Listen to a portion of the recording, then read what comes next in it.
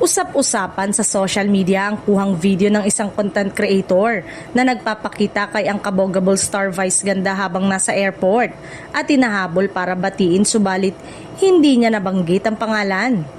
Sa kuhang video, makikitang hinahabol-habol niya si Vice Ganda habang kinukuha na ng video pero hindi niya nasambit ang pangalan nito.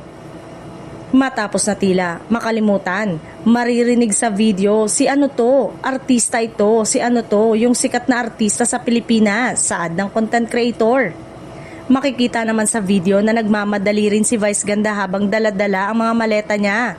Uwi ka na ng Pilipinas, Happy New Year. Tanong pa ulit ng content creator. Pabirong sagot naman ni Vice habang bahagyang natawa. Happy New Year po, hindi nyo nga po ako kilala ate. Hindi, basta nakikita kita sa TV. Habol pa ng content creator. Subalit, maririnig na may nagsasabing ng tama na sa kanya sa isa sa mga kasama ni Vice.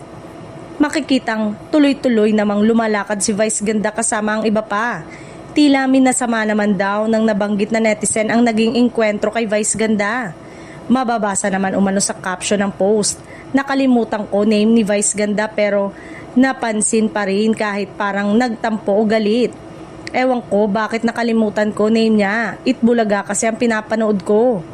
Umani naman ito ng iba't ibang reaksyon at komento mula sa mga netizen. Samantala, isang vlogger social media personality naman ang nanimbang sa mga pangyayari at shinare din ng mga netizen na kapareho ang pananaw sa kanya. Aniya, ang uncomfortable lang talaga is yung ginawa kay Vice. Sinundan siya ng nakakamera. Sobrang lapit. Tapos yung post niya may caption pa na parang nagtampo na galit si Vice. That's unfair. Ikaw na yung walang boundaries. Ikaw pa yung nagmukhang biktima sa kwento. Na agad namang sinang-ayunan ng ilang netizen.